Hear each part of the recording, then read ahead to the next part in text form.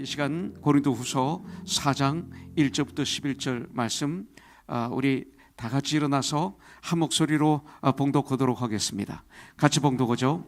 그러므로 우리가 이 직분을 받아 긍휼하심을 입은 대로 낙심하지 아니하고 옛 숨은 부끄러움의 일을 버리고 속임으로 행하지 아니하며 하나님의 말씀을 혼잡하게 하지 아니하고 오직 진리를 나타내므로 하나님 앞에서 각 사람의 양심에 대하여 스스로 추천하노라. 만일 우리의 믿음이 복음이 가리었으면 망하는 자들에게 가리어진 것이라. 그 중에 이 세상의 신이 믿지 아니하는 자들의 마음을 혼미하게 하여 그리스도의 영광의 복음의 광채가 비치지 못하게 함이니 그리스도는 하나님의 형상이니라. 우리는 우리를 전파하는 것이 아니라 오직 그리스도 예수의 주 되신 것과 또 예수를 위하여 우리가 너의 종된 것을 전파함이라. 어두운 데에 빛이 비치라 말씀하셨던 그 하나님께서 예수 그리스도의 얼굴에 있는 하나님의 영광을 아는 빛을 우리 마음에 비추셨느니라. 우리가 이 보배를 질그릇에 가졌으니 이는 심히 큰 능력은 하나님께 있고 우리에게 있지 아니함을 알게 하려 함이라. 우리가 사방으로 우겨쌈을 당하여도 쌓이지 아니하며 답답한 일을 당하여도 낙심하지 아니하며 박해를 받아도 버림받지 아니하며 거꾸로 트림을 당하여도 망하지 아니하고 우리가 항상 예수의 죽음을 몸에 짊어짐은 예수의 생명이 또한 우리 몸에 나타나게 하려 함이라.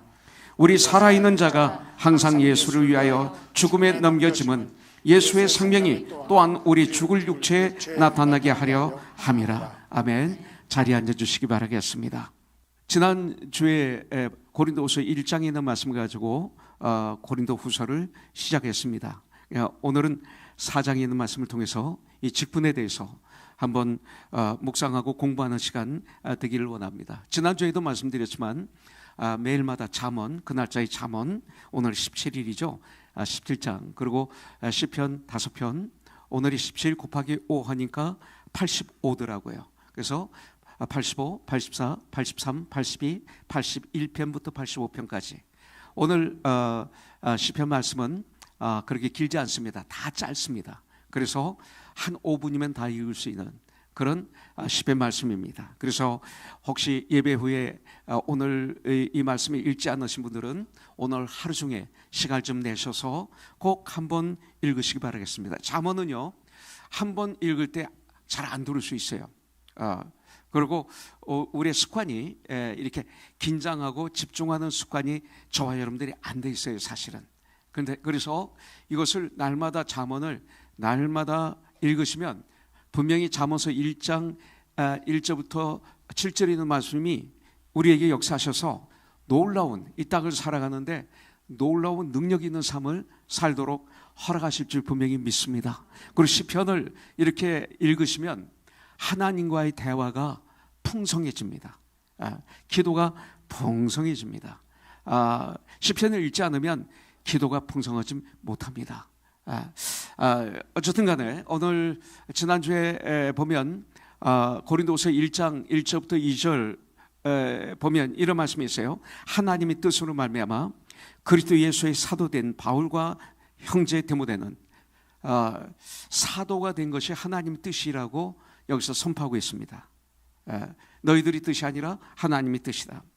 고린도에 있는 하나님의 교회와 또 온 아가야에 있는 모든 성도에게 하나님 우리 아버지와 주 예수 그리스도로부터 은혜와 평강이 하나님으로부터 예수 그리스도로부터 은혜와 평강이 너에게 있기를 원하노라.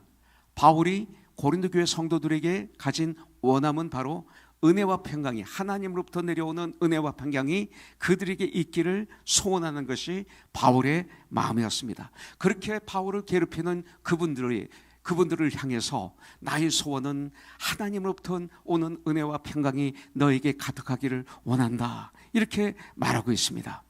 그러면서 동시에 고린도후서 1장에 보면 주님으로부터 받은 이 직분을 정확하게 말하고 있습니다. 하나님으로부터 받은 직분, 여러분들 우리는 다 주님으로부터 받은 직분이 있거든요. 은사가. 이것을 바울은 정확하게 말하고 있습니다. 구원받은 하나님의 사람들에게는 모두 다 은사를 주셨습니다. 직분을 주셨습니다. 그가 혹은 사도로, 혹은 선지자로, 혹은 복음 전언자로, 혹은 목사와 교사로 주셨으니, 다 주셨습니다.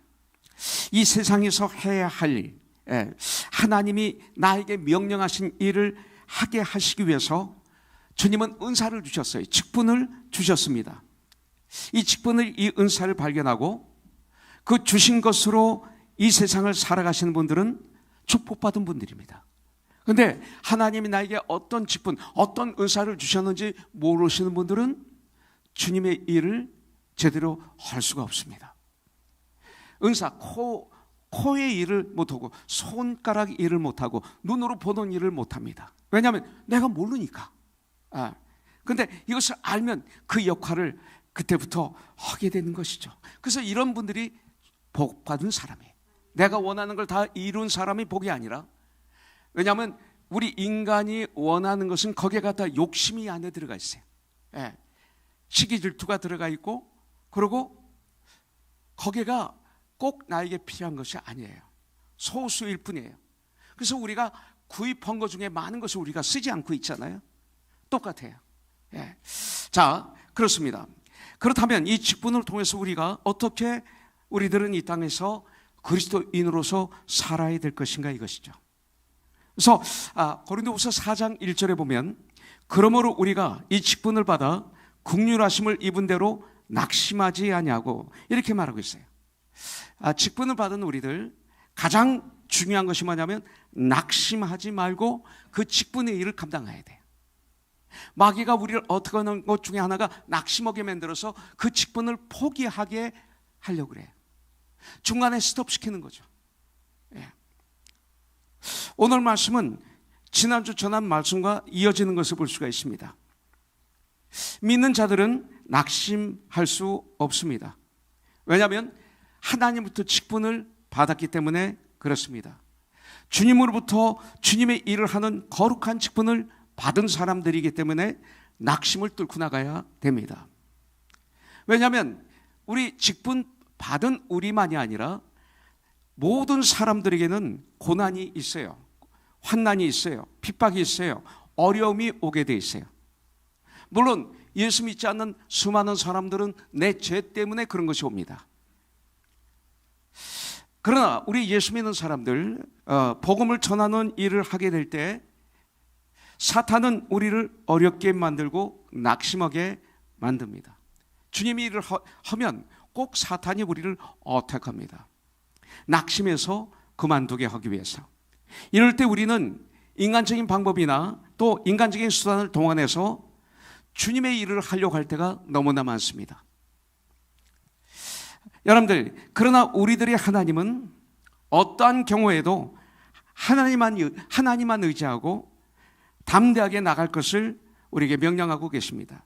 그래서 베드로전서 4장 16절에 보면 그리스도인으로서 당하는 고난을 받을 때 부끄러워하지 말고 오히려 하나님께 영광을 올려드려라, 이거예요. 부끄러워하지 말고, 낭망하지 말고, 낙심하지 말고, 포기하지 말고 오히려 더 하나님께 영광을 올려드려라. 그러면 그럴수록 더욱 주님의 일에 힘쓰는 자가 되라. 너희 수고가 절대로 헛되지 않은 줄을 우리가 암이라. 성경이 이렇게 말씀하고 있어요. 성경을 보십시오. 사도 바울은 이 바울뿐 아니라 함께 동역했던 일꾼들은, 여러분들, 이 복음을 전하는 직분을 감당할 때 그들은 너무나 많은 고난과 핍박과 환난을 당한 것을 성경을 통해서 우리는 볼 수가 있습니다. 지난주에도 말씀드렸지만 고린도후서 11장 23절부터 27절에 보면 사도 바울은 주님의 일을 하는 가운데 영혼을 구원하고 영혼을 세우고 영혼을 회복시키고 이런 일을 위해서 수고를 넘치게 했다고 그랬어요. 감옥에 갇히게 됐어요. 수없이 매도 맞았어요. 여러 번 죽을 뻔했어요. 우리가 이런 거 겪었나요? 우리는 세상 사람이 아니잖아요. 유대인에게 40에서 하나 감암매를 5번이나 맞았어요. 3번을 태장으로 맞았어요. 한 번 돌로 맞아서 죽기 직전에 살아났어요. 3번 배가 파손했습니다. 그래서 일주야, 하루 낮밤을 깊은 바다에서 지냈다고 그랬어요. 7일이 아니라 일주야, 하루인데 낮과 밤을, 또 강의 위협, 강도의 위협, 동족의 위협, 이방인의 위협, 시내의 위협, 광야의 위협, 바다의 위협, 거짓 형제의 이간질의 위협, 이런 것을 당했어요. 수고하고 애쓰고 여러 번 자지 못하고 줄이며 목마르며 여러 번 굶고 춥고 헐벗었었다. 바로 너희들을 구원하기 위해서. 주님은 바울을 통해서 우리에게 이렇게 말씀하고 있습니다. 바울이 개척한 고린도 교회 안에 바울을 힘들게 하는 사람들이 많이 있었다고 지난주에도 말씀드렸고 고린도후서에서 말하고 있습니다. 그럼에도 불구하고 바울은 지금 이렇게 편지로 말하고 있는 것입니다. 바로 그런 사람들을 세우기 위해서. 가나안 땅에 들어갔던 12명의 정탐꾼 중 10명은 눈으로 보고 생각을 통해서 어택을 받아서 마귀에 낙심했습니다. 낙심해. 저들은 장대하고 우리는 메뚜기 같아. 아주 낙심했어요. 그러나 갈렙과 여호수아는 이 두 명은 담대하게 주님이 주신 약속의 말씀을 믿고 붙잡고 기뻐했습니다. 우리가 쳐들어가자. 저들은 우리의 밥이다. 엄청난 차이였습니다. 결국 낙심하지 않은 두 명의 정탐꾼을 하나님은 들어 쓰셔서 그들을 통해서 가나안 땅의 축복이 이스라엘 백성들에게 임하게 됐던 것을 볼 수가 있습니다. 문제가 일어났을 때마다 낙심하고 쓰러지는 분들이 있습니다. 그러나 문제가 일어났을 때 오히려 하나님을 의지하고 힘차게 일어나고 그리고 주위 형제자매들까지 이끌고 그리고 가나안 땅을 향해서 걸어가는 분, 이런 사람들이 있습니다. 그리스도인은 주님께서 약속하신 말씀을 믿음으로 붙잡고 이 말씀을 믿음으로 붙잡고 끊임없이 heaven bound, 천국을 향해서 전진하는 이 신앙생활을 하는 사람들, 이분들을 그리스도인이라고 말합니다. 낙심이란 뭘까요? 낙심이란 내가 생각한 대로, 내가 원한 대로 내 뜻대로 되지 않으니 하나님께 두었던 소망을 중단하는 것, 하나님께 두었던 이 소망을 중단하는 것, 이것을 낙심이라고 말할 수 있습니다. 소망하기를 중단하는 거예요. 믿음, 소망, 사랑, 그 중에 제일은 소망이니라. 소망의 인내를 가지고, 근데 이것을 포기하는 거예요. 내가 움직이는 걸 중단하는 거예요.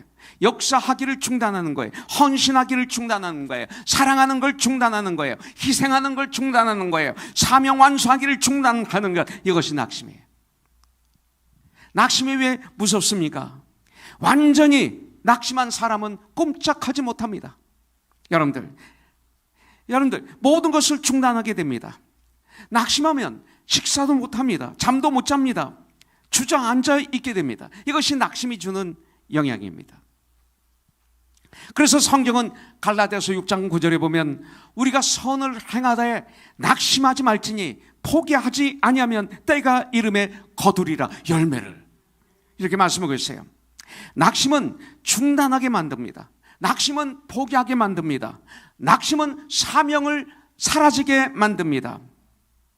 이스라엘 백성들이 출애굽을 해서 광야에서 낙심했습니다. 낙심하니까, 낭망하니까 그 다음에 나오는 게 뭡니까? 원망이 나와요. 원망하니까 어떻게 됐어요? 그들은 망했어요. 가나안에 못 들어갔어요. 예수님의 제자들 중에서도 예수님이 십자가에 달리신 것을 보고 낙심했어요. 그러니까 어떻게 돼요? 뿔뿔이 흩어집니다. 낙심하면 뿔뿔이 흩어져요. 하나가 되면 깨져요. 도망갑니다. 내가 해야 될 일에서 책임을 지지 않고 도망가게 됩니다. 열왕기상 19장에 보면 바알 선지자 450명, 아세라 선지자 400명, 850명과 엘리야 선지자 1명과 갈멜산 꼭대기에서 기도 시합을 합니다. 그래서 엘리야 선지자는 바알 선지자 450명, 아세라 선지자 400명, 850명을 다 거기서 죽입니다. 이렇게 능력이 있었던 엘리야 선지자가 낙심하니까 두려워 떨며 도망가서 로브덴 나무 아래에서 하나님께 기도하는데 어떤 기도합니까? 죽기를 간구합니다. 낙심하면 기도가 이런 기도가 되고 맙니다. 우리의 복음이, 우리들의 삶이 힘이 없을 때가 언제예요? 바로 마귀가 여러 가지로 우리들을 낙심이라는 무기로 공격해서 내가 넘어졌을 때 바로 그렇습니다. 그러나 이 낙심을 이길 수 있는 길을 주님은 우리에게 허락하고 있어요. 이 낙심, 낭망을 어떻게 이길 수 있는가 이거예요. 누가복음 18장 1절에 보니까 예수께서 그들에게 항상 기도하고 낙심하지 말아야 할 것을 비유로 말씀하여 이렇게 말씀하고 있어요. 낙심을 이길 수 있는 유일한 비결은 뭐예요? 기도예요. 항상 기도하고. 낙심할 때 기도를 안 합니다. 근데 우리는 낙심할 때 기도해야 돼요. 왜? 낙심을 물러가게 하는 유일한 무기가 기도이기 때문에 그렇습니다. 그래서 에베소서 6장 18절에서 보면 모든 기도와 간구를 하되 항상 기도, 쉬지 말고 기도하라, 무시로 기도하라. 낙심을 이기기 위해서 항상 성령 안에서 기도하고. 내가 기도하는 게 낫지 낙심하는 게 나아요? 예. 이를 위하여 깨어 구하기를 항상 힘쓰며 여러 성도를 위해서 기도하라, 구하라, 이렇게 말씀하고 있어요. 우리가 낙심하는 이유는 뭐예요? 기도를 포기했기 때문에. 기도하지 않을 때 낙심이 들어요. 예. 물이 없어지면 컵에서 즉시 공기가 들어오는 것처럼 우리가 하나님과의 관계에서 끊어지는 순간 우리는 낭망, 낙심, 그리고 절망, 외로움, 고독, 이런 것들이 훅 들어오는 것입니다. 어떤 악한 마귀가 낙심이라는 이 화살을 우리에게 쏠 때 기도의 방패를 가지고 막아야 돼. 말씀의 방패로 막아야 돼. 믿음의 방패를 가지고 막으면 우리는 그때서야 승리할 수 있는지 분명히 믿습니다. 우리가 기도한다는 것은 주 하나님만 바라본다 이 소리예요. 난 기도한다 뭐예요? 주 하나님만 바라본다. 모든 응답은 하나님께 있다. 이런 말씀이나 같아요. 그래서 주만 바라본다면 우리의 인생은 달라져요. 항상 주님을 바라보면 우리의 인생은 달라져요. 예. 그래서 히브리서 12장 2절은 너무 중요합니다. 믿음의 주요 또 온전케 하시는 이인 예수를 바라보자. 그는 그 앞에 있는 기쁨을 위하여, 그 기쁨이 우리의 구원입니다. 예. 우리의 회복입니다. 십자가를 참으사 부끄러움을 개의치 아니하셨더니 하나님 보좌 우편에 앉으셨느니라. 너무나 귀한 하나님 주신 말씀입니다. 모든 문제들을, 모든 환경을 주님을 통해서 보는 거예요. 이게 기도예요. 이게 주님을 바라보는 거예요. 이것이 기도예요. 또 동시에 여러분들, 이것이 믿음이에요. 주님만 바라보는 것, 믿음이에요. 주님이라면 이때 어떻게 하셨을까? 성경은 뭐라고 말씀하시는가?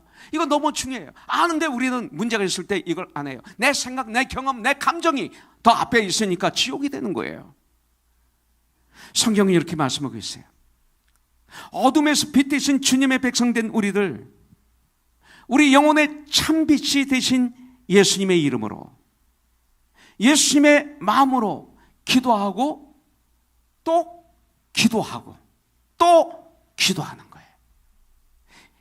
이것이 승리예요. 우리 몸이 비타민 D를 먹든지 그렇지 않으면 우리 몸에 햇빛을 쬐야 돼요. 선탠하는 이유가 그래서 하는 거죠. 햇빛을 쬐 건강해지듯이 우리의 심령도 햇빛을 쬐야 돼요. 어떤 햇빛? 태양보다 밝으신 하나님의 빛을 받아야 돼요. 우리가 쬐야 돼요. 선탠을 해야 돼요. God's tent를 해야 돼요. 하나님을 바라보는 거예요. 이게 우리가 하나님을 바라보지 않고 기도로, 말씀으로 충만하지 않고 기도하지 않으면 영혼 속에, 나의 영혼 속에, 나의 생각 속에, 나의 언어 속에, 나의 삶 속에 곰팡이가 쬐요. 곰팡이가. 햇빛이 비치지 않으니까, 그늘져 있으니까 곰팡이가, 구더기가 생겨요. 썩어요. 그래서 로마서 5장 3, 4절은 너무나 중요해요. 다만 이뿐 아니라 우리가 환난 중에도 기뻐하노니, 환난 중에도 기뻐하노니, 이게 제일 중요한 단어 중에 하나예요. 로마서 5장 3, 4절에서 중요한 것은 우리가 환난 중에도 기뻐하노니, 이는 환난은 인내를, 인내는 연단을, 연단은 소망을 이루는 줄 우리가 암이니라. 이렇게 말씀하고 있어요. 바울은 고난 중에도 즐거워한다라고 우리에게 외치고 있습니다. 왜냐하면 고난은 인내를, 인내는 연단을, 연단은 마침내 새로운 소망에 도달하게 해주기 때문이라고 오늘 우리에게 알려주고 있습니다. 우리가 고난 중에서 포기하지 않고 낭망하지 않고 새로운 소망에 도달하게 하는 힘이 바로 믿음에서 비롯되는 것이기 때문에 그렇습니다. 여러분들, 참 생명은 낙심을 이길 때 오히려 더욱 빛을 발하는 것을 볼 수가 있어요. 낙심을 이길 때 빛이 더 빛나요. 자, 두 번째 2절입니다. 이에 숨은 부끄러움의 일을 버리고 속임으로 행하지 아니하며 하나님의 말씀을 혼잡하게 하지 아니하고 오직 진리를 나타내므로 하나님 앞에서 각 사람의 양심에 대하여 스스로 추천하노라. 이렇게 말씀하고 있어요. 두 번째, 이 직분을 받은 우리들, 첫째는 낙심하지 말아야 돼요. 두 번째는 우리 안에 숨어있는 모든 더러운 죄를 회개로 버리는 훈련을 해야 돼요. 고집 부리지 않아야 돼. 변명하지 않아야 돼요. 책임을 전가하지 않아요. 숨기지 말아야 돼요. 이때 하나님 주신 직분을 가지고 주의 영향을 끼칠 수가 있어요. 회개하는 삶을 살아야 돼. 간단히 얘기해서 아주 쉬운데 이걸 못해요. 많은 사람들이 이거 하면 프리인데, 빛인데, 이거 하고 난 다음에 잠시의 가십에 두려워서 이걸 못해요. 불행이죠. 저주죠. 숨은 부끄러움의 일을 버릴 것을 말씀하고 있어요. 직분을 감당하는데 전쟁해야 될 것이 뭐예요? 죄입니다. 죄. 주님은 나보다 더 잘 아시죠. 내가 숨겨놓은 죄들을 다 회개를 통해서 버릴 때 분명히 전 믿습니다. 낙심이 사라지게 되고 소망이 나를 주장해서 소망의 열매가 맺히게 될 줄 전 분명히 믿습니다. 주님의 은혜가 임한 삶을 살면 어떻게 돼요? 자, 주님의 은혜가 임한 삶을 살게 되면 예수님만 생각해도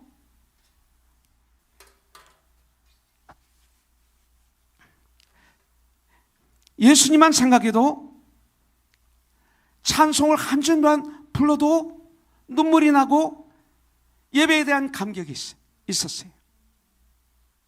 교회 근처만 와도 막 감동이 임해요. 전 이런 간증을 많이 들었어요. 불어 지나갈 때 저 길로 가지 않고 이 프리웨이를 가면서 교회 건물을 보면 가슴이 뭉클하다고 하는 간증을 들을 때마다 저는 행복했어요. 그게 은혜가 임했을 때의 삶의 증거예요. 그런데 은혜가 떨어졌어요. 사라졌어요. 지금은 은혜가 없으면 아무 감동이 없어요. 말씀을 들어도 감동이 없어요. 은혜가 없다는 건 뭐예요? 죄를 받아들였다. 죄의 문제를 해결하지 않았다. 이 소리입니다. 오히려 아무것도 아닌 일들로 신경이 예민해져요. 그리고 막 신경질이 나요. 감동이 다 깨져버렸어요. 찬송을 불러도 감동이 없어요. 말씀을 들어도 감동이 없어요. 그럴 때 유일한 방법이 뭡니까? 철저하게 회개하고 주님 앞에 서는 거예요. 이것밖에 없어요. 회개를 통해서 주님의 은혜 가운데 들어가야 돼요. 회개밖에 없어요. 하나님과 회복하는 방법 회개밖에 없어요. 회개를 통해서 나를 항상 정결하게 하여 주님의 축복, 주님의 사랑이 나를 통해서 주에 흐르게 하는 참 직분을 받은 하나님의 사람들 되시기를 주님의 이름으로 축복합니다. 자, 세 번째 보겠습니다. 3, 4절입니다. 만일 우리의 복음이 가려서면 망하는 자들에게 가려진 것이라. 그 중에 이 세상의 신이 믿지 아니하는 자들의 마음을 혼미하게 하여 그리스도의 영광의 복음의 광채가 비치지 못하게 함이니 그리스도는 하나님의 형상이시니라. 이 말씀을 통해서 보면 직분을 받은 우리들 아주 조심하게, 첫째는 낙심하지 말아야 됩니다. 철저히 죄를 회개하고 하나님과 회복해서 주님 일을 감당해야 됩니다. 그 다음 세 번째는 우리를 혼미케 하는 영들이 얼마나 많이 있는지 몰라요. 깨있지 않으면 몰라요. 깨있으면 보여요. 그들을 말씀과 기도로 주님의 이름으로 물리치고 그리고 직분을 감당해야 돼요. 그냥 되는 거 아닙니다. 거저되는 거 아닙니다. 세상은 내가 혼미하기를 원합니다. 혼미케 되기를 원합니다. 마귀가 우리의 마음을 혼미하게 되면 특징이 뭔지 아십니까? 중요한 것은 못 듣게 하고, 잘 들으세요. 중요한 것은 못 듣게 하고 중요하지 않은 것은 듣게 합니다. 이게 특징이에요. 자, 예를 들어 볼까요? 주님이 주시려는 말씀이 있어요. 성경을 보면 우리가 큐티할 때 앞뒤 문맥을 봐야 되는 이유가 주님이 우리에게 하시려고 하는 말씀이 있어요. 그래서 예화도 있고 여러 가지가 다 있는 거예요. 근데 주님이 우리에게 주시려고 하는 말씀은 내 귀에 들리지 않고 뭐만 남아요? 예화만 남아요. 그래서 제가 예화를 함부로 안 쓰는 이유가 그거예요.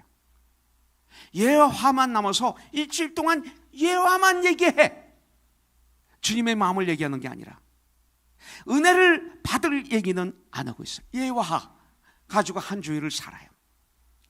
그러니까 또 목사가 말씀을 증거하다가 실수하는 것은 그렇게 잘 들려요. 이게 특징입니다. 또 말씀을 듣는 중에 다윗과 골리앗 이야기가 있지 않습니까? 이 설교를 듣다가 갑자기 나에게 생각이 이렇게 확 내 마음에 꽂히는데 그게 뭐예요? 이 소년 다윗이 들었던 돌이 무게가 얼마나일까?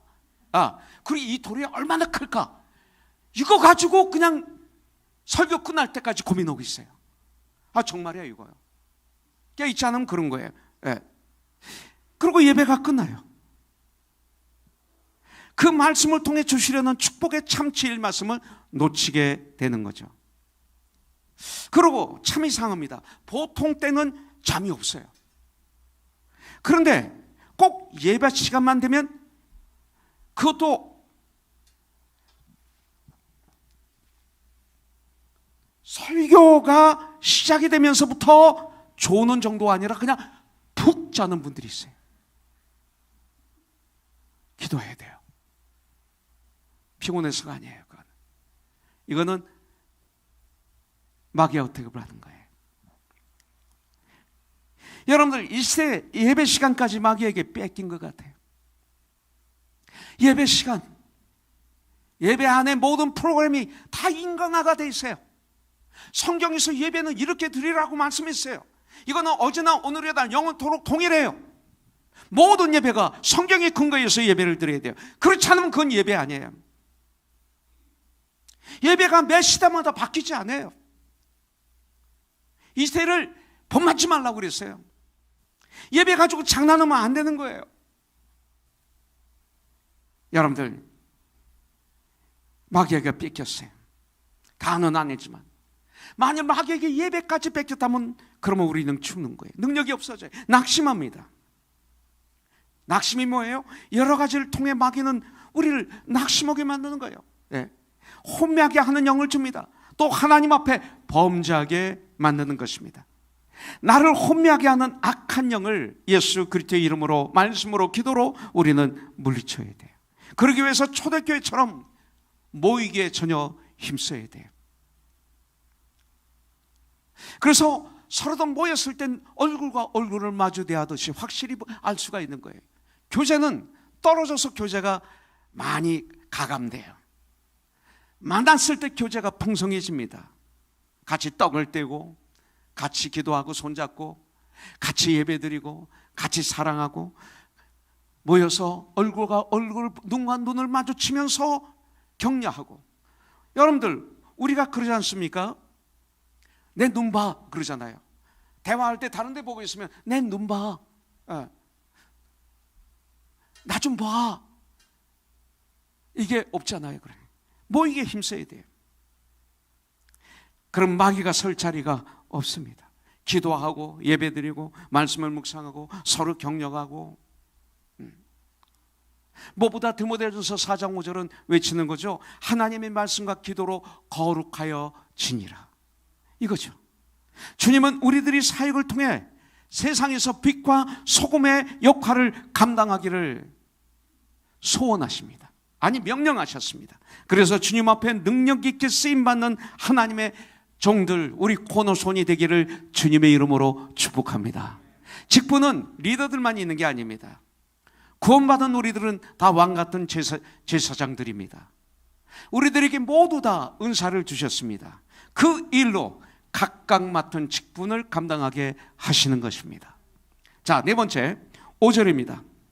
우리는 우리를 전파하는 것이 아니라 오직 그리스도 예수의 주 되신 것과 또 예수를 위하여 우리가 너의 종된 것을 전파함이라, 이렇게 말씀하고 있어요. 자, 네 번째 보면 직분 받은 우리들은 교만을 내려놓고 겸손하게 주님의 직분을 감당해야 돼. 겸손, 또 겸손, 또 겸손, 또 겸손해. 직분 받은 자의 특징, 겸손해. 예수님은 마음이 온유하, 나는 마음이 온유하고 겸손하니 너는 나를 따르라, 이렇게 말씀하고 있어요. 굉장히 중요합니다. 첫째는 낙심하지 말아야 됩니다. 죄를 버려야 됩니다. 우리를 혼미하게 하는 영을 물리치고 그러면서 직분을 감당해야 됩니다. 네 번째는 우리는 교만을 내려놓고 겸손의 옷을 입고 그리고 직분을 감당해야만이 주님의 영광 받으십니다. 직분 받은 자가 교만하면 하나님의 영광 가리고 지체가 막 깨집니다. 아픕니다. 그가 열심히 하면 할수록 더 캄캄해집니다. 자기 주장만 내세웁니다. 겸손하지 않은 분의 특징은 자기 생각이 다 옳아요. 자기 말이 다 진리야. 그래서 자기 마음대로 해야 돼. 이런 사람들이 주님 일을 하면 열매가 없어요. 근데 열심히 해요. 그러면 주의를 아프게 하는 거예요, 저희들이. 그분을 알려면 그분의 열매를 보고 알리라. 그를 통해서 구원받은 사람이 있습니까? 그를 통해서 쓰러진 자가 일어난 사람이 있습니까? 그를 통해서 성장한 사람이 있습니까? 솔직하게, 정직하게. 이거 없으면 문제가 있는 거예요. 겸손해야 돼요. 우리가 전파하는 것은 나를 알리고 자랑하는 것이 아니에요. 내 만족을 누리기 위해서 하는 것도 아니에요. 오직 예수님의 그 주 되심을 때를 얻든지 못 얻든지 전하는 것입니다. 이 일을 위해서 직분을 주신 것입니다. 이것은 사명이고 이것은 주님의 명령입니다. 어두운 데 빛을 비추라 하셨던 하나님께서 우리 주 예수 그리스도의 얼굴에 있는 그 참빛, 하나님의 영광을 아는 빛을 우리 마음에 비춰주셨습니다.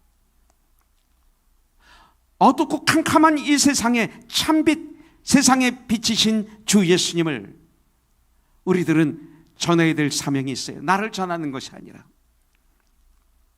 복음에는 하나님의 영광이 담겨져 있습니다. 복음은 모든 사람들에게 생명을 주는 능력과 지혜가 바로 이 복음 안에 있습니다. 우리는 어떠한 경우에도 나 자신을 믿는 것이 아니라 주를 믿는 삶을 사는 것, 이게 겸손이에요. 이게 이 일을 위해서 우리들은 어떻게 돼요? 다섯 번째, 이 질그릇에 보배를 담아야 됩니다. 나는 질그릇이라는 사실을 정확하게 아는 게 겸손입니다. 하나님께서 아담을 만드실 때 뭐로 만드셨어요? 흙으로 만드셨어요. 그렇기 때문에 질그릇은 뭐예요? 흙으로 만드는 그릇. 한마디로 말씀드려서 흙그릇이에요. 흙그릇. 예. 그래서 창세기 2장 7절에 보니까 여호와 하나님이 땅의 흙으로 사람을 지으시고 생기를 그 코에 불어넣으셨으니 사람이 생명이 된지라 말하고 있어요. 그렇기 때문에 우리가 꼭 알아야 될 것은 인간의 몸은, 우리의 육체는 흙에서 나서 흙에서 난 것을 먹다가 흙으로 돌아가는 것이 우리 인간의 육체예요. 자, 흙에서 났습니다. 흙에서 난 걸 먹다가 다시 흙으로 돌아가는 것이 우리의 겉모습, 육체입니다. 사도 바울은 우리의 삶을 질그릇에 비유하고 있습니다. 질그릇은 깨지기 쉬운 그릇입니다. 떨어지면 깨집니다. 이것은 우리의 삶에 얼마나 많은 좌절과 절망과 실망을 겪을 것인가를 예시해 주는 말씀이죠. 사도 바울은 계속해서 질그릇 같은 우리의 육체가 당하는 여러 가지 모양의 시련을 우리에게 알려주고 있습니다. 그래서 사방으로 우겨쌈을 당하는 것이 우리입니다. 사방으로. 질그릇 같은 우리들, 답답한 당황스러운 일들이 일어난다라고 알려주고 있습니다. 박해를 받는다, 거꾸로 트임을 당한다라고 알려주고 있습니다. 우리에게 이런 고난이 임할 때, 고난을 당하게 될 때 우리는 깨있지 않으면 낙심하기 쉽습니다. 절망하기 쉽습니다. 무엇보다도 포기하기 쉽습니다. 포기하고 싶습니다. 그렇게 죽음을 두려워하던 사람들이 죽고 싶다 이렇게 얘기합니다. 죽기 싫죠. 그런데 지금 생각이 그렇다는 거예요. 인간은 다 연약합니다. 그래서 겸손해야 됩니다. 그것을 우리가 인정할 수 있어야 됩니다. 나는 아무것도 할 수 없는 존재인 것을 우리가 알아야 됩니다. 거기서부터 구원이 출발합니다. 우리는 얼마나 연약합니까? 물이 없으면 죽습니다. 공기가 없어도 죽습니다. 먹을 것이 떨어지면 죽습니다. 그것이 인간이에요. 인간은 창조주 하나님의 도우심이, 우리 주 예수 그리스도의 도우심이 필요한 존재가 바로 인간들입니다. 그래서 칠그릇, 우리를 그릇이라고 표현하고 있는 거예요. 이 그릇은 그릇 자체의 가치가 있는 것이 아닙니다. 그릇은 무엇을 담기 위해서 만드는 존재일 뿐입니다. 그릇은 그 안에 무엇을 담기 위해서 만드는 것입니다. 그런데 이 그릇 중에는 질그릇도 있고 철그릇도 있고 녹그릇도 있고 금그릇도 있습니다. 그런데 우리를 질그릇이라고 말하고 있습니다. 떨어지면 깨지는 질그릇, 조금만 더 무리해도 병이 나고 몸살이 나고 아프고 쓰러지고 괴롭고 낙담하고 인간들, 톡 치면 부러지는 그런 뼈, 잘못 톡 쳐도 부러지잖아요. 금방 늙어버리는 인간들의 자랑했던 그 얼굴들, 그렇게 우리의 몸은 자랑할 것이 없는 거죠. 사실은 아무리 자랑해도 70년, 80년, 90년, 100년이 되면 얼굴이 다 똑같아지더라고요. 가만히 보세요. 사진 100살 되신 분들을 사진 찍어서 놓고 보면 얼굴이 똑같아요. 흙이 되는 거예요. 그게 인간입니다. 인간의 자랑은 잠시 그 바람과 같다라고 말하고 있습니다. 자랑은 너보다 감사하는 게 더 낫겠죠. 그렇기 때문에 우리 인간은 자랑할 것이 없습니다. 아무리 건강을 자랑해도 나이가 들면 하나 둘 고장나서, 전도서에 있는 말씀대로 눈이, 귀가, 코가, 입이, 허리가, 걸어다닌 발이, 손이 전도서에서 말하고 있는 거예요. 그렇다면 인간의 가치는 뭘까요? 바로 그릇에 무엇이 담겨 있는가에 따라서 질그릇은 가치가 달라지는 것이죠. 그 질그릇에 담은 것이 중요한 것이죠. 밥을 담으면 밥그릇, 국을 담으면 국그릇, 금을 담으면 금그릇, 빵을 담으면 빵그릇 됩니다. 반면에 오물을 담으면 오물통이 됩니다. 그러므로 우리 가치 있는 싸움은 담는 싸움입니다. 담는 싸움. 이것이 기독교의 중요한 본질입니다. 그릇 싸움이 아닙니다. 내가 무슨 그릇이냐 가지고 보통 교회는 싸웁니다. 그거 아닙니다. 이게 아니라 담는 싸움입니다. 내가 무엇을 담느냐, 이 전쟁입니다. 담는 것입니다. 말씀과 기도를 내 마음에 담는 것입니다. 말씀이 내 마음에 들어갈 때 우리는 변화되게 됩니다. 그리고 우리는 성장하게 됩니다. 그렇기 때문에 보배이신 예수님을 담으면 그때서 진정한 참 크리스찬이 되는 것입니다. 여러분들, 보배를 담은 질그릇은 담대해집니다. 귀한 인생을 살게 됩니다. 7절에 우리가 이 보배를 질그릇에 가졌으니 이는 심히 큰 능력은 하나님께 있고 우리에게 있지 아니함을 알게 하려 함이니라. 이게 축복입니다. 보배이신 예수님을 내 중심에 이 시간 모셔드려야 될 줄 믿습니다. 내가 내려오고, 그래서 내려와서 무릎 꿇고 앉아있고, 그러면 되는 것입니다. 질그릇 같은 내 마음 중심에 보배이신 예수님을 담아야 됩니다. 모셔드려야 됩니다. 이것을 My Lord and My Savior라고 말하고 있는 거예요. 내 삶의 참 주인으로, 나의 참 구원자로 계속 우리는 매 순간 담아야 됩니다. 말씀을 계속 매 순간 담아야 됩니다. 낮과 밤으로 담아야 됩니다. Daily bread, 일용할 양식을 날마다 먹어야 됩니다. 복음을 담아야 되고, 기도를 담아야 되고, 주님의 사랑을 담아야 되고, 그럴 때 우리는 8절 9절이 내게 주는 말씀이 됩니다. 그럴 때 우리는 우리가 사방으로 우겨쌈을 당하여도 쌓이지 아니하며, 답답한 일을 당하여도 낙심하지 아니하며, 박해를 받아도 버림받지 아니하며, 거꾸로 투림을 당하여도 망하지 아니하고. 이것이 크리스천이에요.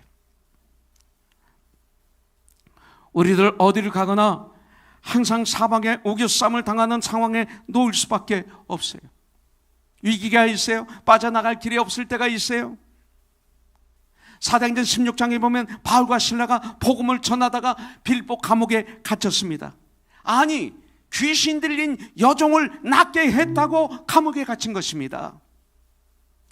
참 좋은 일을 하고 감옥에 갇혔습니다.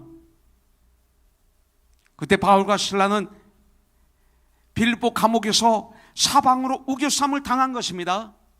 바울과 실라는 답답한 일을 당한 것입니다. 박해를 받은 것입니다. 거꾸로 떨림을 당한 것입니다. 그런데 그 가운데 바울과 실라는 다른 걸 하지 않고 기도와 찬송을 했습니다. 기도하고 찬송을 했어요. 하나님과 대화하는 가운데 능력이 임하니까 찬송이 터져버렸어요. 우리가 해야 될 일이 바로 그때 이것입니다. 승리하기를 원합니까? 이겁니다. 그러면 묶였던 것이 풀리게 될 것입니다. 감옥문이 열리게 될 것입니다. 막혀있는 모든 것들, 답답한 모든 것들을 하나님 앞에 기도와 찬송으로 뚫어버리는 그런 인생이 되기를 주님의 이름으로 축복합니다. 이것이 바로 주님께서 저와 여러분들에게 주신 약속이죠. 답답한 일을 당하여도 우리는 낙심하지 않습니다. 낙심할 수 없습니다. 왜? 우리의 능력이신 예수님이 내 안에 나의 주인으로 계시기 때문에 그렇습니다. 토기인, 정말 질그릇 같은 내 안에 보배이신 예수님이 계십니다. In Christ라고 하죠. 이런 기도가 바로 이 기도입니다. 그러면 귀한 인생을 살게 됩니다. 핍박을 받아도 버림받지 않습니다. 그리고 어느 순간이나 예수는 그리스도라고 담대히 외칠 수가 있습니다. 하나님의 말씀으로 무장되어 있으면 마귀가 나를 어찌할 수 없습니다. 그래서 우리는 하나님 앞에서 한 가지를 구해야 됩니다. 예수님과의 관계입니다. 예수님의 능력을 구해야 됩니다. 하나님과의 관계가 하나님의 능력만 제대로 연결되어 있으면 나머지는 다 풀립니다. 너희는 먼저 그 나라와 그 의를 구하라. 그리하면 이 모든 것을 너에게 더하시리라. 나머지는 저절로 다 풀린다, 이 말씀입니다. 하나님께서 우리와 함께 하신다면 우리는 능치 못함이 없습니다. I can in Christ. 우리의 가치가 뭐예요? 질그릇입니다. 우리의 보배는 무엇이에요? 예수 그리스도이십니다. 그래서 난 존귀한 자가 되는 것입니다. 예수님을 진정 보배로 내 중심에 모시면 우리는 멋진 인생이 됩니다. 이 질그릇 같은 내 안에 무엇이 담겨 있을까요? 지금 들여다보세요. 그 안에 기도가 담겨 있고 말씀이 담겨 있고 내가 살렸던 영혼들에 대한 명단이 담겨 있는 그런 내가 된다면 삶의 모든 것들이 다 변화되는 하나님의 진정한 사랑의 능력의 통로가 되어서 내 주의 놀라운 역사가 일어나게 될 줄 믿습니다. 우리의 인생은 지극과 같지만 우리 그리스도인들은 이제 보배를 담은 고귀하고 단단한 그릇이 된 것이죠. 보배로운 그릇이 됐어요. 보배이신 주님을 모시고 있기 때문에 우리는 보배를 담은 귀한 질그릇이 되었어요. 그래서 오늘 고린도후서 4장 10절에 우리가 항상 예수의 죽음을 몸에 짊어짐은 예수의 생명이 또한 우리 몸에 나타나게 하려 함이라 말씀하고 있어요. 하나님께서 내 안에 거하심을 인정하는 것은 예수님의 십자가의 죽음이 나를 위한 것임을 믿는 거예요.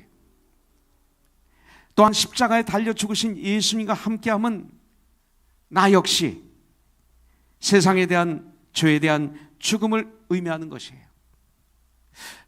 또한 주님의 부활과 함께 나 역시 영원한 생명을 소유함을 의미하고 있어요.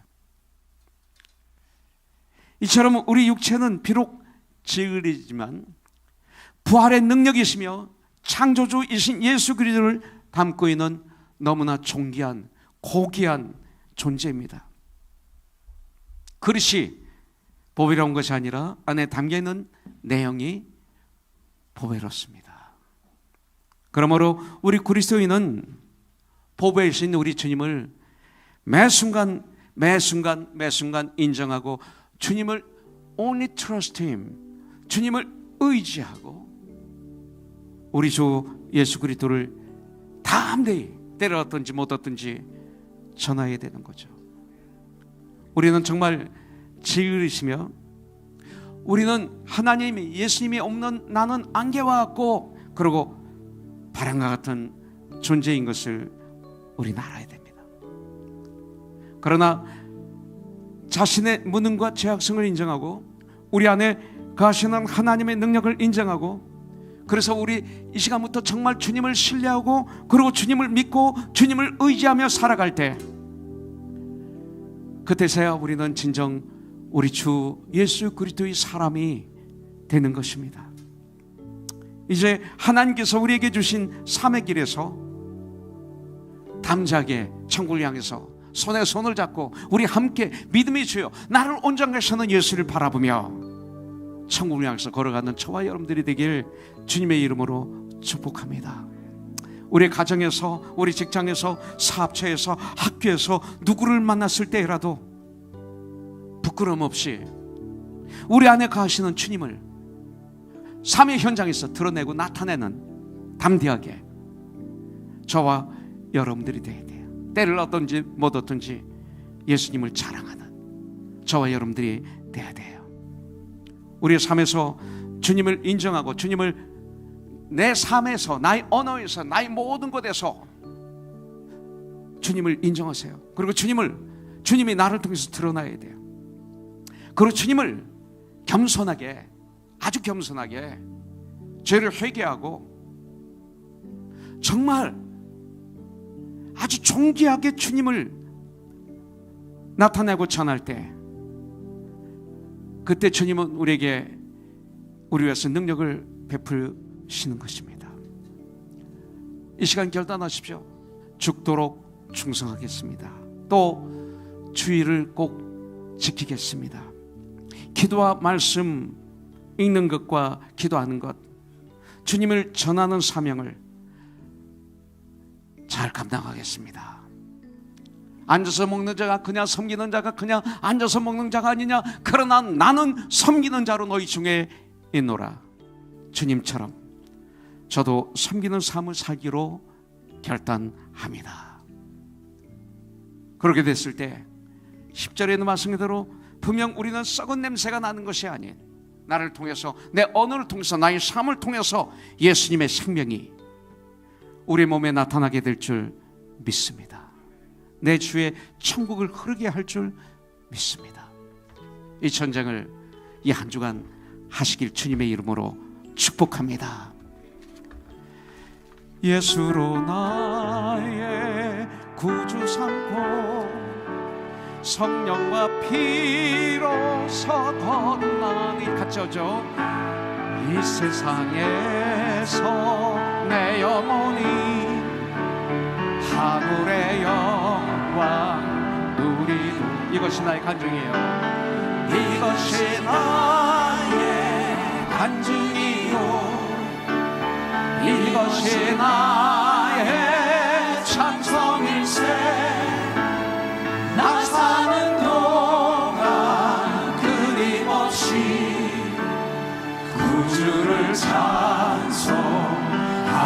온전히 주께 맡긴 내 영, 온전히 주께 맡긴 내 영. 사랑의 음성 듣는 중에, 사랑의 음성을 듣는 중에 천사들 완배하는 것과 하늘의 영광 보이로다. 이것이 나의 간증이요, 이것이 나의 찬송일세. 나 사는 동안 끊임없이 구주를 찬송하리. 주 안에 기쁨 누림으로, 주 안에 기쁨 누림으로 마음의 풍랑이 잔잔하니 세상과 나는 간 곳 없고 구속한 주만 보이로다.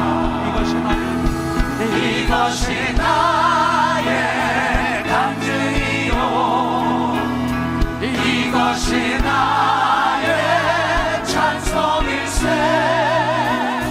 나 사는 동안 끊임없이 구주를 찬송하리.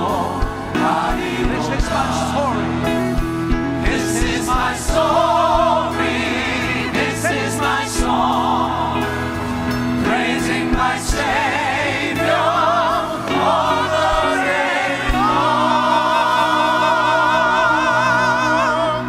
This is my story, this is my song, praising my Savior all the day long. 이것이 나의 간증이요, 이것이 나의 간증이요, 이것이 나의 찬송일세.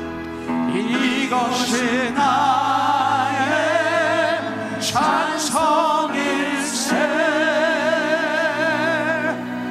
나 사는 동안 끊임없이 구주를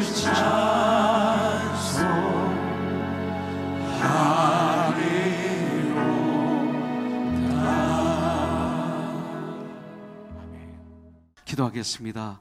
이제는 우리 주 예수 그리스도의 무한하신 은혜와 하나님 아버지의 극진하신 사랑과 성령님의 감동 감화 역사하심이 구원받은 우리들 주님부터 받은 은사를 발견하여 그 은사를 잘 훈련하여 성장시켜 주님이 주신 직분을 잘 감당하기 위해서 세상을 향해서 나가는 하나님의 귀한 자녀들 위해 이 한 주간도 주님이 함께해 주셨기를, 특별히 연약한 육체이지만 주님께 너무나 예배드리고 싶어서 이곳에 나와서 함께 예배드리는 하나님의 귀한 종들의 건강을 주님께서 회복시켜 주셨기를 우리 주 예수님의 이름으로 축복하며 기도드립니다. 아멘. 살아계신 주 나의 참